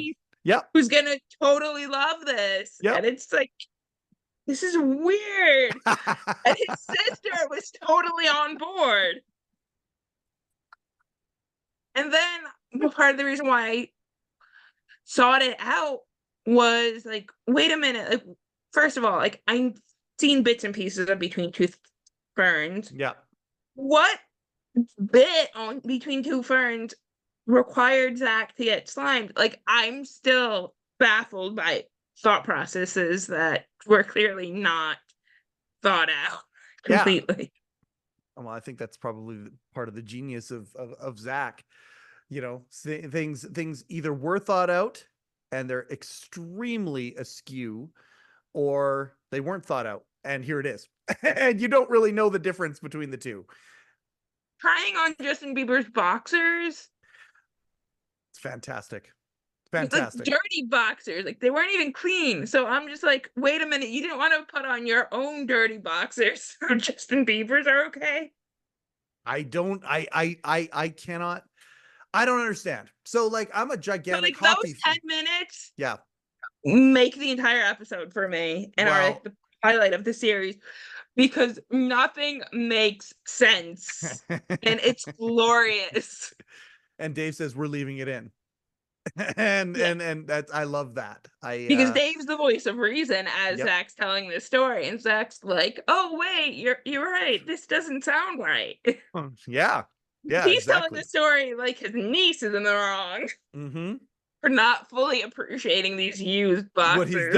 What he's done. Yes, exactly. Like, I got Justin Bieber's boxers for you. Like, if they were Paul McCartney, your grandmother would have loved them. Like, It's the perfect thing to come out on a production featuring David Letterman with somebody. And I don't believe it felt organic. That's the other thing about my next guest that I love. There are some moments in it that feel really, really organic. That moment felt yeah, organic. also, you can tell that was real by how embarrassed Zach got by it. Yeah. Yeah. You was shouldn't great. even be saying this. Dude, why are you saying? I mean, like, oh, Zach. Oh, Zach. What else do you have for highlights for my next guest for you? Because you Okay. did just go through the run, and what are some of the highlights for you? So Jay-Z out of the first season, really getting to know him more than Yep. just a billionaire and Beyonce's husband. Yep. Kanye West was a low point just because he was saying so many things and Dave could not possibly catch them all. Yep. Um, then there was also Shah Rukh Khan, who I didn't even know existed, and I found it Yep. fascinating that Dave sat down with this guy who speaks perfectly fine English, but he isn't well known in the Anglosphere And one of the most unless you're famous, Indian. it's like when Jackie Chan shows up. Jackie Chan showed up in it's in the 90s, I believe it was. I don't the late 90s maybe. And he had a movie that was being released commercially in America. Mhm. Jackie Chan's the biggest movie star on the planet, but not in America. You know, he's bigger than Arnold Schwarzenegger back then. Yeah. And he shows up and Dave talks with it. Like, I love that. And this felt a little bit like that. You've got this guy who is from a famous standpoint, more famous than anybody in America, just because of sheer numbers in India. And it comes off as pretty normal. Like, yeah, I got a lot of money. Yeah, I can afford nice things. But Yep. like, I wouldn't be here without these people, and they deserve my time and respect and Absolutely. attention. Absolutely. And so Dave interviewing him, I thought that was that was another one-off. That was another one-off that was in between seasons. So I thought that was a fantastic episode as well. Yeah. Also, I thought it was odd that in both Tiffany Haddish's and in Robert Downey Jr.'s episode, Dave is cleaning up after their animals. Why was that a thing? Like, I don't invite people over to come clean my cat's litter boxes. The RDJ episode I thought was really good. It's funny, you know, I have a hard time focusing on the things that I don't like as much. Tiffany's episode I didn't connect with as much. I just didn't. I didn't connect with. I really enjoyed her, like when she hosted Saturday Night Live. Like, she had this kind of pop where, you know, she was going on all the talk shows and doing all these things. She hosted SNL. I did enjoy her monologue on it very, very much. He was also playing to the audience more than doing the interview. With Dave.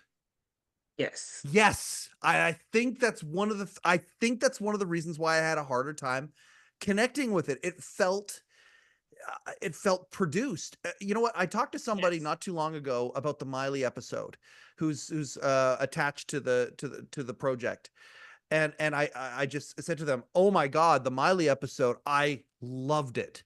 Oh, it was so Yes. good." And they said Miley, Miley really gave herself to the project, or something, like, not, it wasn't the word surrendered. I forget the word they used, but they So said did something like, Billie Eilish "Oh gosh, I loved that episode as well." and Ryan Reynolds. Yep. Yes. Cardi B is so much smarter than people give her credit for. Yep. Like, she actually is very into presidential history. And Yes. people don't give her credit for that because they listen to her music and think she's supposed to be a role model for kids. And she's like, have you heard my songs? Yeah. Like, why are your kids listening to them? Thank you. Like, okay, and now we can talk a little bit about the evolution of the show. Maybe I will do some cuts and actually we keep going. Are you okay for time right now? How are you for time? Yeah, I'm good. You're okay. All right.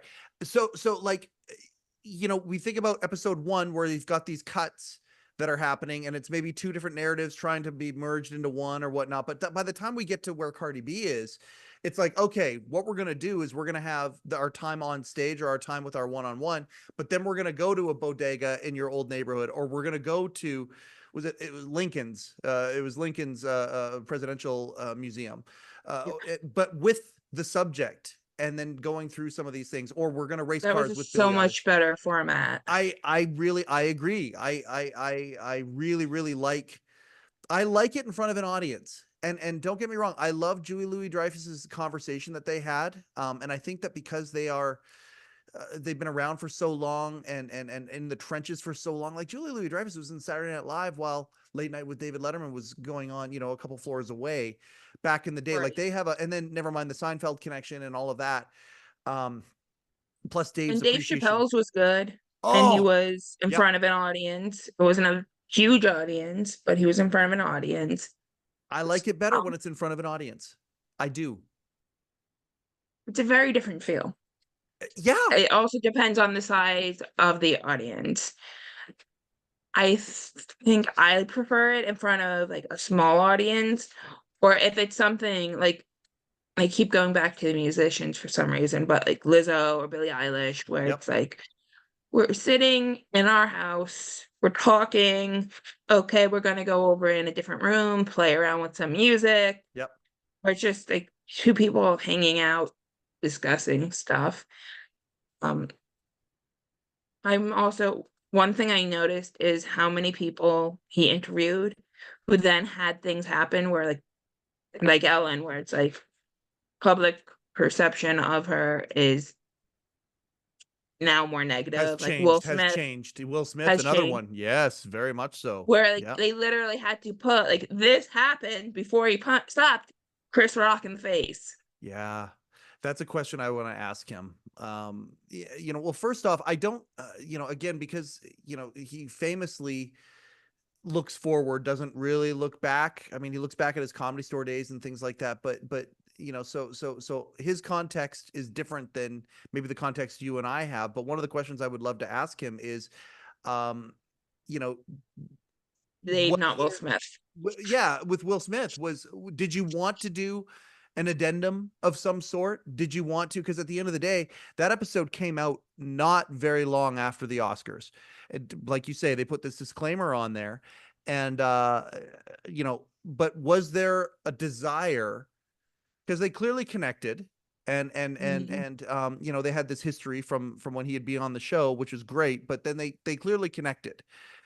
Was They there? did, and it was also the beginning of seeing a different side of Will Smith. Where like Definitely. after watching that, I'm like, now I understand more about what happened at the Oscars. Yeah. Yeah. Yes. And he's beforehand. Yes, absolutely. What a great point. Still wrong, No, of but course, on all these levels. But I'm curious if there's any part of him that would be like, maybe we do an addendum.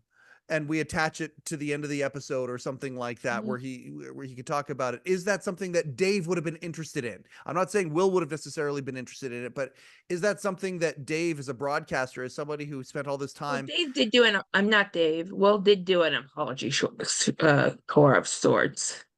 Sure, but not, So knowing that, hey, an episode of My Next Guest is coming out, it would certainly be popular, if, Mhm. but interesting to say the least, if they would have connected them and put them together, because the timing was, it was right around that time when it came out. They could have easily shot something like they did that with President Zelensky. They had the interview, and then at the end of the episode they got a Zoom call that's more recent at that point. Yes, and they and could have so, done that. well, yeah, they could have very easily done that. And I'm curious if Dave had any interest in doing that or not, or if he was like, no, I'm And then moving he can forward. channel Jay with being like, "What the hell were you thinking?" All comes full circle. Oh my God. Can you imagine if David Letterman sat down with Will Smith and said, what the hell were you thinking? Oh, you're delightful. I appreciate you so So, much. so I could see, like, if someone brought that to Dave, he might actually be like, that people would go crazy over that. Oh, it would be so funny. Like, oh my God, that's fantastic. I Because appreciate everyone you so would know. much. Kim Kardashian, what'd you think of that one? Um, for me, the out of studio things were what mostly stuck in my mind, and The I Walgreens felt like going to the, or was it a it was a Walgreens or was it a CVS, CVS? Right, and I right. felt like this was the third time in her life she had ever been in one. And she was preparing for an exam that she would eventually finish, or well, pass, Yeah, but she ended up not continuing with the lawyer path, yeah, yeah. Still an which she advocate, but was, just has different things, different, yeah. but But she was so publicly going for the lawyer thing where I'm just like, okay, yeah, yeah, but still an advocate though. And yes, and I appreciate that whenever somebody is able to take even a portion of their celebrity and use it to make the world a better place. And that's something that I believe that I'm really glad that Dave highlighted that part of her on the show. I think a lot of people, I've talked to a yes. lot of people who wouldn't give Kim Kardashian the time of day just because their show wasn't something that they enjoyed. And then they watched this episode and was like, oh my goodness, I'm like, there are people who are really grateful for My Next Guest because of exactly that. They get to Well, know somebody. like Cardi B, Kim Kardashian's one of those people where I'm like, I know they have more depth than what we're seeing. Hmm. I don't particularly like Kim Kardashian, Hmm. but she is very smart and has multiple businesses, and Has gone through adversity. I mean, oh my goodness, the adversity that she talked about on that show. that is true The too. things that have And it happened. was Yeah. about her father and her mother, which I didn't know about what Yeah. actually went down. And it was focusing more on her growing up rather than the fact, oh, you got famous because of a tape you made with Ray J. Yeah. And didn't shy away from that either. Like, didn't candy coat, like these are some things that again, I very much appreciate about this version of Dave in this incarnation. Like, I always use the shorthand that Dave's doing the Tom Snyder thing. And Yes. really at the Oh, end of the Dave day, needs to sit down with Cher. oh, wouldn't that be fun? That would That'd be be fun. okay. So that's a question that I asked early on in the Letterman podcast. I would ask guests who are a couple of people that you'd like to see Dave interview on My Next Guest. You'd have some fascinating answers on that. Cher's a great one. Cher's a really good one. I know I've heard a lot of people say Steve Martin. A lot of people would like to see Steve Martin from a legend I'm perspective. I'm not a Jeff Rogan fan, but I'm also not a Dave Chappelle fan, and I thought that was one of the best shows. So I would like to see Dave with Jeff Rogan. Joe Rogan. I mean, yeah, Joe Rogan. Why do I have his name down as Jeff? But Joe Rogan, yes, No, Joe Rogan. he's the biggest broadcaster on the planet. I just watched his Netflix special and I thought it was And I really enjoy Joe a lot. Like I loved his last two specials, Strange Times and Triggered. I loved them both. I can talk about bits that he had on both that were like, oh, were prolific as far as I'm concerned and clever and whatnot. I thought this one here was really, really safe. But that being said, yeah, as far as Joe's concerned, I thought it was safe. Um, but that being said, with what he has done with the comedy mothership in Austin and his ties to the Comedy Store, like, and how he's tried to make the comedy mothership the best version of the Comedy Store that you could ever have when it comes to developing comedic talent. It's amazing what he is doing down there right now. And because of his ties, I don't know if you watched I'm sure you did, the 5-part Comedy Store special that they did. I think it was either on Showtime or HBO, one of them. If you haven't watched it, I highly Was recommend that it. the one where they were all acting as people from that time period? It No, was a no, no. This is no, a it's a different one. 5-part doc that literally talked to the original people all the way up to the current people, including having like a rooftop Okay, conversation I with like Leno and Rogan and I I think Chappelle don't was have there. Showtime. I Okay. did read the book Yeah, that I'm so not sure if good. that's I'm dying based up on, here. but I do have the book. Fantastic book.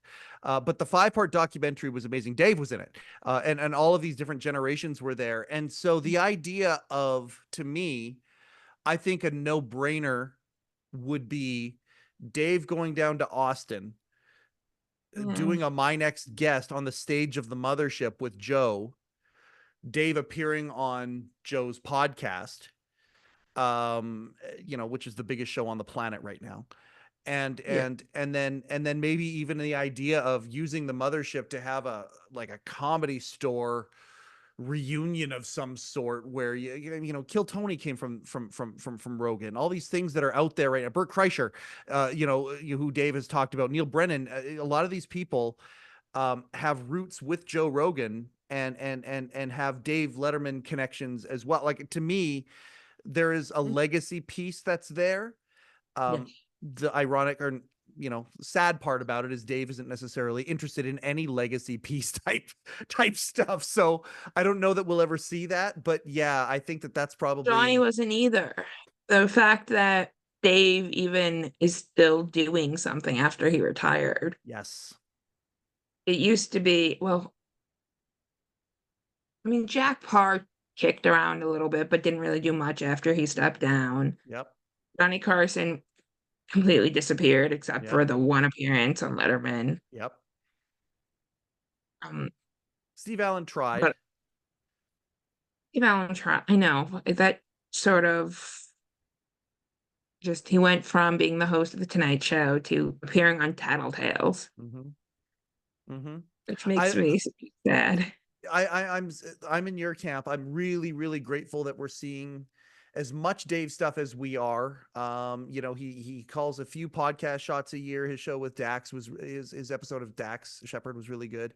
His show with his episode with Neil Brennan was amazing when he appeared on Neil's podcast. Yeah, So it's, blocks. yeah, absolutely fantastic. So yes, I'm grateful that we get new Dave. I'm grateful for My Next Guest that there is this incarnation there. Um, Let's just go through a couple here. You love the Miley episode? Yeah. Me too. It was magical. Um, I really, really liked it a lot. John Mulaney. Not one of my favorites, Okay. but I'm not a John Mulaney fan. Yeah. And it seemed to me that it was like if that's who John Mulaney is. Like he's especially after going to rehab and then having to come clean about what he was doing, Mm-hmm. his stage persona and who he is as a person have become less clearly defined Oh, that's interesting.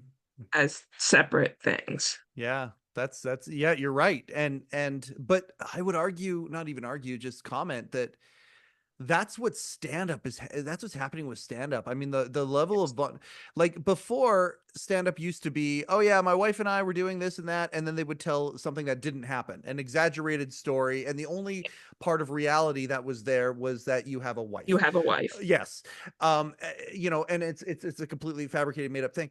Now though, it feels like stand-up and vulnerability have been pressed together with Elmer's glue, and the line is blurred a little bit, and when something happens to you personally as a stand-up, this is like, great, now we've got some fodder. Like, I look at Chris Rock's special. If the Will Smith slap didn't happen, Chris Rock special, which I liked the special a lot, but from everything I'm hearing, him live with the cameras not on was even better. Chappelle, Dave Chappelle, again, arguably the biggest stand-up in the world, has some real life controversy going on. And that is what's fueling what some are saying is his best stadium show that he's done in a long, long time. So you're taking these moments of actual vulnerability and reality and putting it together. And isn't it interesting that that's happening now? It is. I'm just saying, like, that's what's going on. I'm not saying it's good, bad, or making a judgment. I'm just saying that John Mulaney used to come off as this clean cut guy dressing in a suit, and now we're like, yeah, he wears the suit, but dude's got major issues. Yeah. The talking about the cutaways, going back to my next guest, the moment with him and Dave and his dad in the restaurant might be the most vulnerable thing with three of the least vulnerable people I've ever seen. Right, and Dave talks a lot about his depression and alcohol addiction throughout the entire series, where we're Yeah. getting to know Dave in ways that peek through occasionally, but the only reason why a lot of us even know that is because we watched so many episodes and hang out with the people who are like, "Did you know?" Because I also remember, I must have been in middle school or high school, reading random um, websites about David Letterman, Conan, Johnny, whoever. Like, some of the ones about Letterman would give stories where it's like, how would I even know that if that was true or not? Like, one of Exactly. them Yep. that I clearly remember, like, was like he got really high and then like ate 2 pints of Ben and Jerry's and then had a stomach ache. And I'm like, and this was like in the middle of the night. I'm like, how does anyone even know this is true? He talked about that was his experience with pot, because he was never really a pot guy. And he talked about how he was watching a baseball game once. And I think it was either in the same, I don't know if it was the same instance or not, but he was watching a baseball Kevin game. Durant episode, he did It was that. oh, there we go. There we go. Yeah. And he was saying there's a mound And of he's dirt. just like, the guy, it's a mound of dirt. Wow. And he's standing on a mound of dirt. Wow. And Kevin Durant's like, yeah, that's how you know you got the good stuff. That's right. And that episode, I wanted to like it, but I think Kevin Durant's style doesn't really lend itself to this type of interview because he's very laconic. And when he says a joke, because he only says a few things at a time, it takes you a second to, like, wait a minute, he just made a joke at Dave's expense. Yep.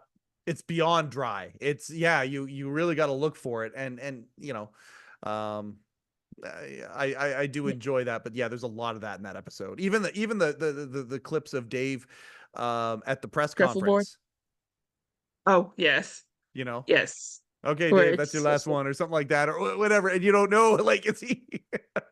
But right, again, where it's like, is he like annoyed and just wants Dave, or is he just? And then when you watch the episode, you're like, oh, that's just how he is. They're just He's just screwing around. very deadpan.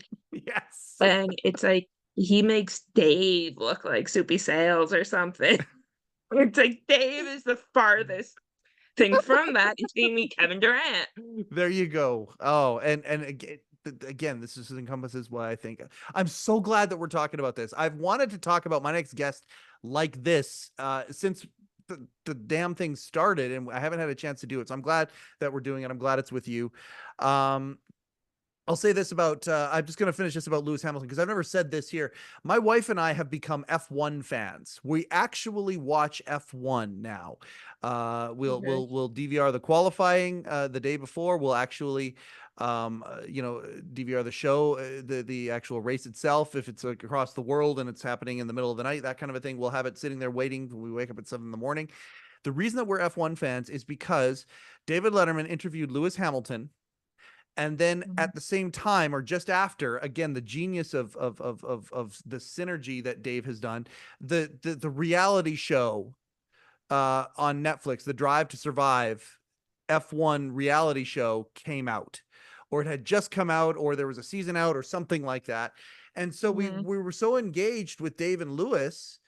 And I mean, this is, if not the biggest, one of the, I think football or soccer is the biggest sport in the world, but F1 is probably, it's up there. I think it's And actually cricket.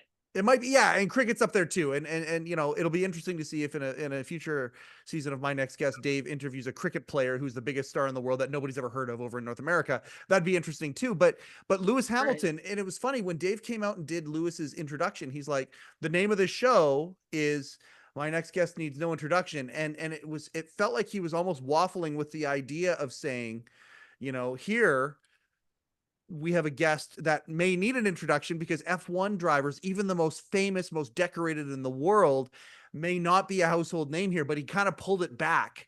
He didn't go down that path, but it felt like he was going to go down that path. But then he brought Lewis Hamilton out. And my wife and I were so engaged with the story and what they did and watching them go to Silverstone and whatnot, that we actually started the next day the Netflix show. And now we cannot wait for it. It's like crack. Like that Netflix F1 show is so good. And our gateway drug to that crack was My Next Guest with David Letterman with Lewis Hamilton. So there you go. If that was a strategy, if that was strategery, as Will Ferrell, as George W. Bush likes to say, if that was strategery on Netflix's part, the collaboration with Dave and Netflix and F1, geniusly done, because you got us. You literally hooked us, and we have started watching this stuff because of it. So, but other than that, I can't think of any other episodes, the Jerry and the Zach episodes aside, I can't think of any other ones that have been kind of brought together with any potential strategy or agenda. The rest of them just seem to be people that Dave is interested in. I think you're right. I mean, I might throw Volodymyr Zelensky in there because of clearly to bring attention to a war and what's going on in Ukraine. Yep. But that's different from trying to promote your latest movie or Netflix special. Yeah, I agree. I totally agree. You're delightful. I appreciate you. Is there anything that you wanted to get, and we're going to do this more and more because you and I do it anyway, so we might as well make a show out of it when we do it. Our 5-part series no one asked for. Absolutely. And I love it. And that's the beautiful thing about us having the control of this thing. We had the guy who hosts John McDermott on a few weeks ago. He's the host of the Daily Comedy News podcast, which is fantastic. I highly recommend it for anybody who likes comedy. And he talked about the idea of the democratization of the internet and of these types of shows. And he's like, I love it. He goes, a financial planner can come and talk about David Letterman and it's great. And it's awesome that we can do this. And that's the thing that I love, is that we have total control over this. Allison, I appreciate you very much. I appreciate your friendship. I appreciate the fact that you are a foxhole buddy with somebody that I can talk to about this stuff. And I appreciate your insights, your perspective. I know. And I appreciate that it's mutual. Like, I appreciate the fact that you care about what I have to say and I listen to what you have to say and our perspectives and things. Thank you so much for taking time to come on here. And as my best to David, and I'm so grateful that you get to spend some time digging into what you love again. And Dr. Lips is going to happen at some point. I know it. And I know whatever So it is. weird to me that like that's such a big deal to you, where I'm just like, honestly, before I got to Rowan, I had no idea who this guy was. Yep. Um, And now you're yeah. back, and you certainly do now. And it's I mean, it's super cool that you're doing this. So I'm very proud of you and excited for you. And I just wish you all the best this semester, and I can't wait till you come back. Thank you. I can't wait either. Awesome. I appreciate you so much. Okay, so that's why we do the show, everybody, so we can nerd out about all things when it comes to TV, when it comes to David Letterman. I just thank you very, very much for everybody who supports this show. Thank you so much for the good and the not so good comments. They're all taken with a grain of salt, every single one of them. We're just trying to create a venue where we can talk about the greatest body of broadcast work in history and the tangential projects around it, that of David Letterman and company. This has been another episode of the Letterman Podcast with Mike Chisholm. Coincidentally, I am Mike Chisholm. Thank you and good night. Overcoat and underpants.